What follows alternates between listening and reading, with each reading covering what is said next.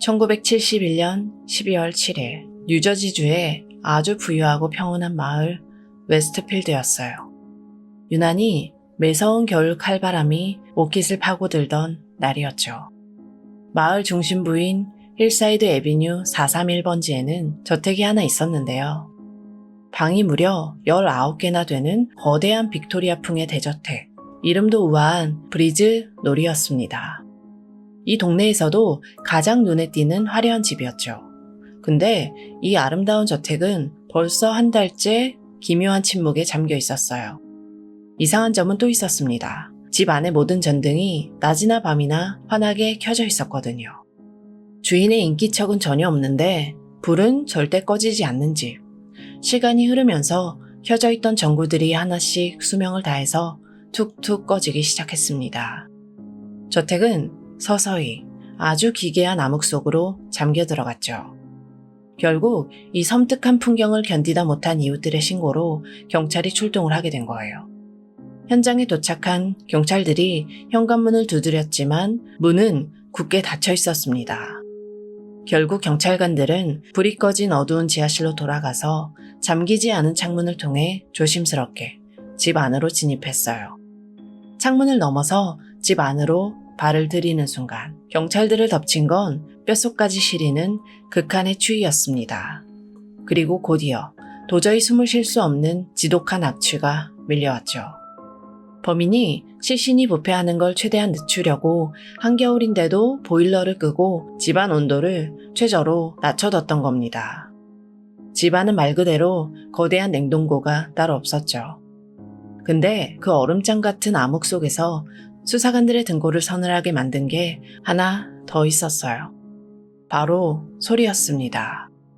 아무도 없는 텅 빈 대저택 복도를 따라서 아주 장엄한 루터교 찬송가가 울려 퍼지고 있었거든요. 범인이 라디오를 종교방송 채널에 고정해 둔 채 도망친 거죠. 칠흑 같은 어둠, 뼛속까지 시린 혹한, 코를 찌르는 악취, 거기에 전혀 어울리지 않게 울려 퍼지는 성스러운 찬송가까지. 현장에 진입했던 경찰들은 당시에 그 섬뜩했던 풍경과 소리를 평생 잊지 못한다고 입을 모아 증언했습니다. 수사관들의 손전등 불빛이 조심스럽게 저택 내부를 훑기 시작했어요. 불빛이 향한 곳은 이 집에서 가장 넓고 화려한 무도회장이었죠. 수사관들의 머리 위로는 티파니 오리지널 스테인드 글라스 천장이 무심하게 빛나고 있었어요. 당시 가치로 우리 돈으로 치면 무려 10억 원이 훌쩍 넘는 엄청난 예술품 아래였죠. 하지만 화려한 천장 아래에 불빛이 바닥을 비췄을 때 경찰들은 차마 눈뜨고 볼 수 없는 끔찍한 장면을 목격하고 맙니다. 아름다운 무도회장 바닥에 4개의 침낭이 나란히 놓여 있었거든요. 그 안에는 47살의 아내 헬렌, 연극 배우를 꿈꾸던 16살의 큰딸 파트리샤, 13살의 작은 아들 프레더릭, 그리고 15살의 큰아들 존 프레더릭까지. 가족들이 모두 차갑게 얼어붙은 채 누워 있었습니다. 끝이 아니었죠. 수색을 이어가면서 3층 다락방으로 올라간 경찰은 침대 위에서 84세의 노모 알마의 시신까지 발견하게 돼요. 저택에 살던 일가족 5명이 그 넓은 집 안에서 모두 몰살당한 거예요. 대체 이 평화로운 동네에서 무슨 일이 언제 벌어진 걸까요? 경찰이 범행 시점을 알아낸 결정적인 단서는 아주 일상적인 곳에 있었습니다. 바로 부엌 구석에 놓인 쓰레기통이었어요. 쓰레기통을 뒤지자 영수증 하나와 먹다 남은 음식물 쓰레기가 나왔는데요. 그 영수증에 찍힌 날짜는 11월 9일이었습니다. 시신이 발견된 게 12월 7일이니까 가족들의 시간은 정확히 한 달 전인 11월 9일에 멈췄다는 명백한 증거였죠. 한 달이라는 텅 빈 시간, 범인은 멀리 있지 않았습니다. 이 잔혹하고 완벽한 무대를 세팅한 사람은 바로 이 집의 가장, 존 리스트였어요. 수사관들이 집 안을 샅샅이 뒤지면서 그가 남긴 기괴한 흔적들을 발견하는데요. 저택 곳곳에 가족 사진들이 놓여 있었는데 모든 사진 속에서 오직 자신의 얼굴만 가위로 정교하게 오려내거나 불태워버렸습니다. 경찰의 추적을 따돌리기 위해서 세상에서 자신의 모습을 완벽하게 지워버린 거죠. 하지만 3층 서재 책상 위에는 세상에 남기고 싶은 마지막 말이 아주 정갈하게 놓여 있었습니다. 바로 자신의 목사에게 남긴 5장짜리의 편지였죠. 정말 소름 돋는 건 편지 봉투에 적힌 수신인이었어요. 그는 봉투에 목사의 이름을 적지 않았습니다. 누구든 이 집에 처음 들어와서 시신을 발견하는 사람이 보라는 듯 아주 큼직한 글씨로 이렇게 적어뒀어요. 발견자에게. 종교를 핑계 삼았지만 결국 세상 사람들에게 자기 변명을 과시하고 싶었던 거예요. 그리고 그 5장짜리 편지 안에는 자신의 끔찍한 범행을 정당화하는 존 리스트의 핏빛 궤변이 쓰여 있었습니다. 세상에 악이 너무 많아. 가족들의 영혼을 구하기 위해서 이들을 먼저 천국으로 보냅니다. 마을에서 가장 독실하고 성실한 이웃이었던 남자. 주말마다 루터교 교회에서 아이들에게 다정하게 성경을 가르치던 일요일 교사 존 리스트. 그는 도대체 어떻게 이토록 냉혹하고 정밀한 비극을 설계하게 된 것일까요? 완벽한 아메리칸 드림의 상징 같았던 대저택. 하지만 그 두꺼운 문 뒤에서 서서히 썩어가고 있던 그들의 진짜 현실을 이제부터 들여다보겠습니다. 그 두꺼운 문을 열고 들어가면 가장 먼저 마주하게 되는 건 존 리스트라는 남자가 평생 동안 얼굴에 쓰고 있던 완벽한 가면이었어요. 그는 독일계 이민자 가정의 외동아들로 자랐습니다. 아주 엄격하고 가부장적인 루터교 신앙교육을 받으면서 컸죠. 미시간 대학에서 회계학 석사학위를 받고 제2차 세계대전과 한국전쟁까지 장교로 참전한 엘리트 중의 엘리트였어요. 나중에 법정에선 정신과 의사가 그의 진단 기록을 공개했는데요. 그는 아주 극단적인 강박성 성격 장애를 앓고 있었습니다. 하지만 이웃들의 기억 속에 그는 언제나 흐트러짐 없이 칼같이 다려진 정장을 입고 다니는 아주 젠틀한 신사였죠. 근데 조태간의 삶은 밖에서 보는 것과 달리 철저하게 무너져 내리고 있었어요. 그 중심에는 아내 헬렌이 있었습니다. 헬렌은 존과 결혼하기 전부터 치명적인 비밀을 하나 숨기고 있었어요. 바로 첫 번째 남편에게서 감염된 매독이었죠. 그녀는 이 사실을 철저히 숨긴 채 존 리스트와 결혼을 합니다. 18년이라는 긴 세월 동안 치료받지 못한 매독은 점점 그녀의 뇌로 퍼져나갔습니다. 거기에 심각한 알코올 중독까지 겹치면서 헬렌의 일상은 완전히 망가져버렸죠. 그녀는 매일 어두운 방에만 틀어박혀서 피해망상에 시달렸습니다. 심지어 이웃들이 뻔히 보는 앞에서도 전 남편의 잠자리 능력을 들먹이면서 대놓고 존을 무시하고 깎아내리기 일쑤였어요. 존이 평생을 바쳐 쌓아 올린 그 완벽한 세상에 아주 치명적이고 수치스러운 금이 가기 시작한 겁니다. 그리고 1971년 그 팽팽하던 금이 완전히 산산조각 나는 결정적인 사건이 터지고 말아요. 저지시티 은행의 부행장이자 감사로 승승장구하던 존이 하루아침에 전격 해고를 당한 거예요. 남의 시선과 알량한 체면이 목숨보다 중요했던 강박증 환자에게 실직은 말 그대로 세상이 멸망하는 것과 같은 수치였습니다. 그래서 존은 가족들을 상대로 아주 기괴하고 처절한 연극을 시작해요. 그는 자기가 직장에서 쫓겼다는 사실을 아내와 84세의 노모, 그리고 새 아이들에게 철저히 숨겼어요. 매일 아침 평소처럼 완벽하게 정장을 차려입고 한 손에는 서류 가방을 든 채 출근하는 척 집을 나섰습니다. 하지만 그가 진짜로 향한 곳은 은행이 아니라 동네에 있는 웨스트필드 기차역 플랫폼이었어요. 마을 사람들은 그가 기차를 타고 뉴욕의 번듯한 직장으로 출근하는 줄 알았겠지만 실상은 하루 종일 춥고 쓸쓸한 역 대합실 벤치에 앉아서 시간을 죽이는 실업자일 뿐이었어요. 그는 매일 거기에서 신문만 뒤적이며 퇴근 시간까지 버티다가 저녁만 되면 아무 일도 없었다는 듯 다정하고 듬직한 가장에 얼굴을 하고 집으로 돌아갔어요. 하지만 수입이 0원이 됐으니까 현실적인 문제가 당장 목을 조여왔겠죠. 그가 살던 곳은 방이 무려 19개나 있는 최고급 대저택이라고 말씀드렸었죠. 매달 갚아야 하는 엄청난 액수의 주택대출금 청구서가 폭탄처럼 날아오기 시작한 겁니다. 결국 존은 밀려오는 빚을 막기 위해서 3층 다락방에 살고 있던 노모, 알마의 예금 계좌에 몰래 손을 대기 시작했습니다. 어머니의 노후 자금을 훔쳐서 집세를 낸 거예요. 그것마저 바닥을 드러내자 이번에는 10대인 자녀들에게 파트타임 아르바이트를 강요합니다. 겉으로는 너희들에게 일찍부터 성숙함과 책임감을 가르쳐주마 라는 아주 훌륭한 아버지의 핑계를 댔지만요. 사실은 아이들의 코 묻은 돈까지 끌어모아 하루라도 더 파산을 막아보려는 벼랑 끝에 비참한 몸부림이었어요. 법정 기록에 따르면 당시 존 리스트가 이 파산의 늪에서 벗어날 수 있는 유일하고도 합법적인 탈출구는 딱 하나 있었습니다. 바로 정부의 구호 대상자, 즉 기초생활수급자 신청을 하는 거였죠. 하지만 존은 그 선택지를 도저히 받아들일 수가 없었어요. 그의 머릿속에는 평생 자신을 억눌러온 권위적인 아버지의 가르침이 환청처럼 맴돌고 있었거든요. 가족을 부양하지 못하는 남자는 부끄러운 자다. 정부의 복지 혜택을 받으면서 가난한 실패자로 동네 사람들의 비웃음을 사느니 차라리 내 손으로 가족을 모두 죽여서 가장 순결한 상태일 때 천국에 보내는 것. 가족의 목숨보다 내 알량한 체면과 자존심이 더 중요했던 이기적인 가장. 놀랍게도 이것이 평생 숫자와 이익만을 치밀하게 계산해온 회계사, 존이 머리를 굴려내서 찾아낸 가장 완벽한 해결책이었어요.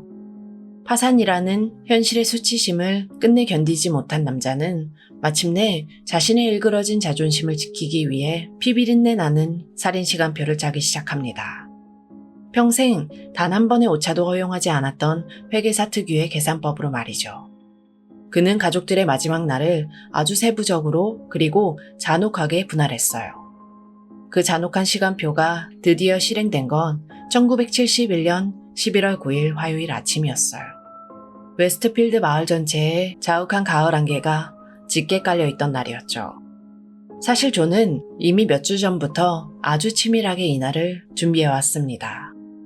그날 아침 그는 주머니 속에 무거운 쇳덩이 2개를 챙겨 넣었어요. 자신이 새로 구입한 슈타이어 반자동 권총 1자루, 그리고 아버지가 물려준 콜트 22구경 권총이었죠. 새 아이가 평소처럼 웃으면서 가방을 메고 학교를 떠나자 거대한 대저택에는 무거운 침묵이 내려앉았습니다. 존의 첫 번째 목표물은 아내 헬렌이었어요. 그는 부엌에서 커피를 마시고 있던 헬렌의 등 뒤로 조용히 다가갔습니다. 그리고 망설임 없이 그녀의 뒤통수를 향해 방아쇠를 당겼죠. 아내는 비명조차 지르지 못하고 그 자리에서 숨을 거두고 맙니다. 아내의 피가 부엌 바닥을 붉게 적시는 동안 존은 아주 태연하게 발걸음을 돌렸어요.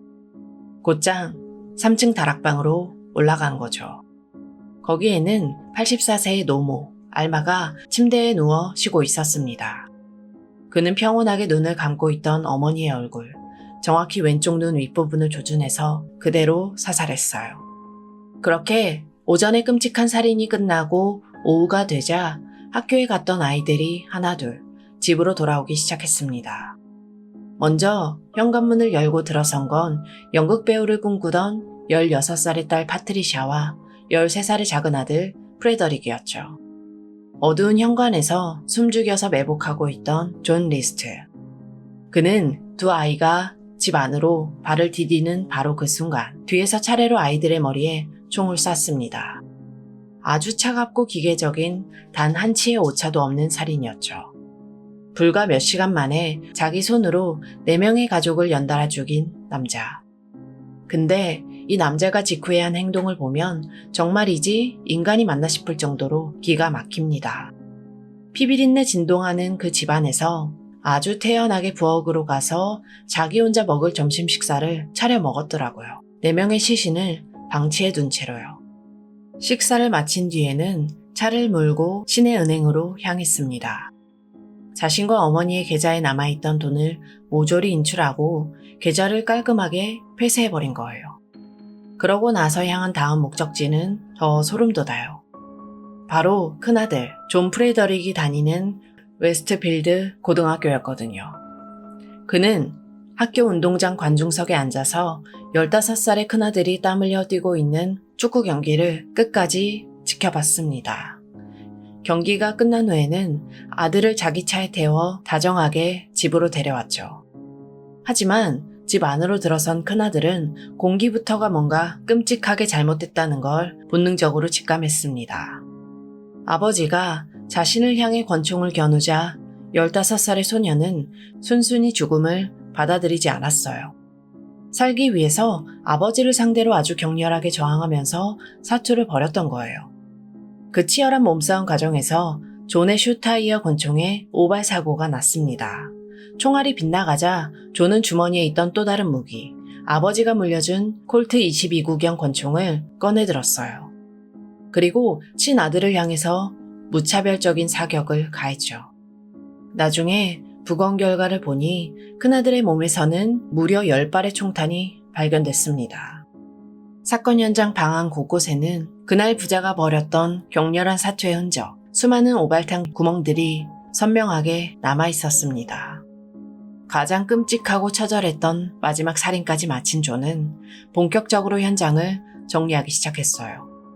아내와 새아이의 시신을 질질 끌어서 넓은 무도회장 바닥에 깔아둔 침낭 위에 나란히 눕혔습니다. 다만 3층에 있던 어머니의 시신은 너무 무거워서 혼자 옮길 수가 없었는지 다락방 침대에 그대로 뒀더라고요. 이제 남은 건 완벽한 알리바이를 만드는 일이었어요.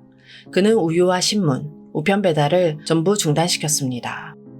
그리고 아이들의 학교와 아르바이트하는 곳에 위조 편지를 보냈죠.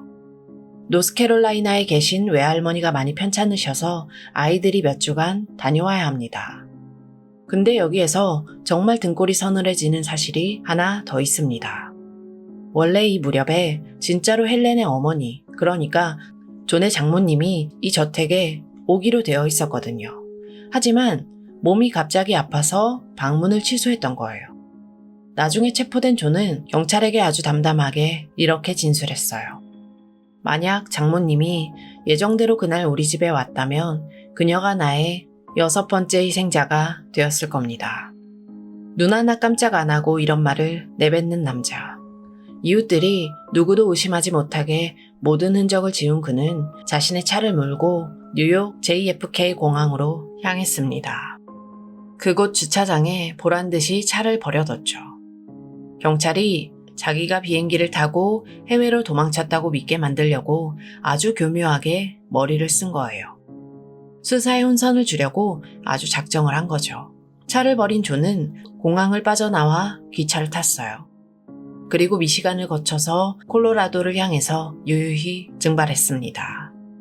그의 치밀한 계산과 완벽한 알리바이 덕분에 가족들의 시신은 무려 한 달 동안이나 그 누구에게도 발견되지 않았습니다. 그 사이에 범인은 흔적도 없이 사막의 모래알처럼 완벽하게 사라져버린 거죠. 그리고 9달 뒤 끔찍한 비극의 무대였던 대저택 브리즈 놀마저 의문의 방화로 전소되고 말아요. 당시 가치로 10억 원이 넘는다던 그 화려했던 티파니 스테인드 글라스 천장도 모두 잿더미가 돼버렸죠. 그렇게 존이라는 이름은 18년이라는 긴 세월 동안 영원히 풀리지 않는 미제 사건으로 묻히는 듯 했습니다. 하지만 이 잔혹한 유령은 결코 땅속으로 영영 사라진 게 아니었어요. 그는 전혀 다른 곳에서 자신의 과거를 아주 소름 끼치게 복제하면서 살아가고 있었죠. 뉴저지를 떠나서 미시간을 거쳐 콜로라도주 덴버에 정착한 존 리스트. 그가 제일 먼저 한 일은 새로운 가면을 쓰는 거였죠. 자기 대학 동창이었던 로버트 피터 클라크, 일명 밥 클라크라는 이름을 훔쳐서 완벽하게 신분을 세탁했어요. 나중에 진짜 밥 클라크는 자기가 존 리스트를 잘 알지도 못했는데 이름을 도용당했다며 아주 황당해했습니다. 보통 이렇게 끔찍한 살인을 저지른 도망자 신세라면 사람들 눈에 안 띄는 곳에 꽁꽁 숨어 지내기 마련이잖아요. 근데 존은 완전히 달랐어요. 놀랍게도 그는 덴버에서 다시 회계사로 번듯하게 취업을 했습니다. 그뿐만이 아니에요. 자기가 다닐 새로운 루터 교회를 찾아서 아주 뻔뻔하게 등록까지 합니다. 거기에서 차가 없는 노인 교인들을 위해서 성가대 차량 운전봉사까지 도맡아 하면서 아주 독실하고 친절한 이웃 행세를 한 겁니다. 자신의 진짜 가족은 바로 그 종교적인 이유로 다 죽여놓고 말이죠. 1985년에는 어느 군 매점 점원으로 일하던 델로레스 밀러라는 여성과 만나서 교회 사람들의 축복 속에 재혼까지 했고요. 1988년이 되자 이 부부는 버지니아주 미들로디언에 있는 아주 평화롭고 고급스러운 주택가로 이사를 갑니다. 그곳에 한 중소회계 법인에서 존은 아주 촉망받는 성실한 회계사 밥 클라크로 너무나 완벽하게 녹아들어서 살고 있었어요. 사실 도피 초반이었던 1972년에 FBI가 그를 아주 예의주시한 적도 있었어요. 미국 역사상 가장 유명한 미제 비행기 납치 사건이었죠. DB 쿠퍼 사건의 유력한 용의자로 존 리스트를 의심했던 거예요. 그가 감쪽같이 사라진 시점이 비행기 납치 사건이 일어나기 딱 2주 전이었고 몽타주나 인상착의가 너무 비슷했거든요. 게다가 가족을 모두 죽인 살인마라면 더 이상 잃을 게 없어서 비행기 납치 같은 극단적인 짓도 벌일 수 있다 라는 프로파일링도 한몫을 했죠. 물론 나중에 체포된 뒤에 본인은 완강하게 부인을 했고 FBI도 직접적인 증거가 없어서 무죄로 결론을 내리긴 했습니다. 그만큼 그는 수사망의 빈틈을 교묘하게 파고들면서 철저하고도 유유하게 숨어 지냈던 거예요. 그렇게 무려 18년이라는 시간이 흘렀어요. 1989년 5월 미국의 전설적인 범죄 추적 프로그램인 아메리카스 모스트 원티드 제작진이 마침내 이 오래된 미제 사건을 첫 회 방송으로 다루기로 결정합니다. 근데 방송을 준비하던 제작진에게는 아주 치명적인 문제가 하나 있었죠. 바로 시청자들에게 보여줄 범인의 얼굴이 없다는 거였습니다. 기억하시죠? 18년 전 존이 도망치기 직전에 집 안에 있던 자신의 사진을 모조리 가위로 오려내고 불태워버렸잖아요. 이때 이 캄캄한 수사의 한 줄기 빛처럼 등장한 구원투수가 있었습니다. 바로 전설적인 법의학 조각가 프랭크 벤더였어요. 그는 경찰이 간신히 찾아낸 존의 아주 오래된 옛날 흑백 사진, 그리고 그의 부모가 나이 들어가는 노화 과정의 특징들을 아주 정밀하게 분석하기 시작했어요. 그리고 찰흙을 빚어서 18년이 지난 현재의 존 얼굴을 입체적인 흉상으로 만들어냈습니다. 나이가 들면서 자연스럽게 밑으로 처진 눈꺼풀의 주름, 그리고 꼼꼼하고 보수적인 회계사들이 주로 쓰는 각지고 두꺼운 사각형 고정식의 안경 스타일까지. 그의 늙어간 외모뿐만 아니라 강박적인 심리와 직업적 특성까지 완벽하게 계산해서 흉상에 그대로 재현해낸 거예요. 그리고 마침내 이 소름 돋는 찰흙 흉상이 TV 전파를 타고 미국 전역에 방송이 됐죠. 결과는 어땠을까요? 방송이 나간 지 불과 열흘 남짓 지났을 무렵 버지니아주 경찰서로 다급한 제보 전화 한 통이 걸려옵니다. 과거 덴버 시절에 그의 바로 옆집에 살았던 이웃이었어요. 전화기를 붙잡은 제보자는 TV 속 찰흙 인형을 보고 경악하면서 신고를 했습니다. 이건 제 전 이웃인 밥 클라크예요. 골격부터 안경 쓴 모습까지 완전히 똑같아요. 1989년 6월 1일 버지니아주의 평온한 회계법인 사무실로 경찰들이 들이닥쳤습니다. 자신의 책상에 앉아서 아주 꼼꼼하게 장부를 정리하던 백발의 회계사는 수갑이 채워지는 그 순간까지도 끝까지 발뺌을 했어요. 자신은 결백한 밥 클라크라며 지갑에서 가짜 신분증을 내밀고 아주 당당하게 맞섰죠. 놀랍게도 그는 체포돼서 뉴저지로 압송된 후에도 무려 몇 달 동안이나 가짜 신분을 고집하면서 우겼습니다. 하지만 이 철면피 같은 가짜 삶도 결국은 끝이 나고 말죠. 경찰이 찾아낸 빼도 박도 못할 증거, 바로 지문이었거든요. 18년 전 군대 기록에 고스란히 남아있던 진짜 존의 지문이 밥 클라크의 손끝 지문과 단 1%의 오차도 없이 정확히 겹쳐진 거예요. 이듬해인 1990년 2월 16일 수사관이 그 완벽한 지문 감식 결과를 눈앞에 들이밀자 18년 동안 한 번도 흔들리지 않았던 그의 뻔뻔한 가면이 그제야 무너지기 시작했습니다. 오랜 시간 발뺌하던 그는 마침내 무겁게 고개를 숙이며 입을 열었어요. 내가 존 리스트가 맞습니다. 1971년 11월부터 시작된 끔찍한 도망자 신세. 무려 18년 6개월 23일 동안 남의 이름이라는 가짜 가면을 쓰고 너무도 평온하고 뻔뻔하게 살아왔던 살인마의 도주가 마침내 끝나는 순간이었죠. 이제 세상에 남은 것은 단 하나. 자신의 아내와 새 아이, 그리고 늙은 어머니를 잔혹하게 학살한 뒤틀린 괴물에 대한 법의 준엄한 심판뿐이었습니다. 1990년, 드디어 뉴저지의 한 법정에서 세기의 재판이 열렸어요. 수많은 취재진이 몰려든 재판장에선 존의 태도는 어땠을까요? 18년 동안이나 도망다니다가 붙잡힌 살인범이라면 보통 고개를 푹 숙이거나 뒤늦은 눈물이라도 흘리면서 참회하는 척이라도 할 텐데 그는 완전히 달랐어요.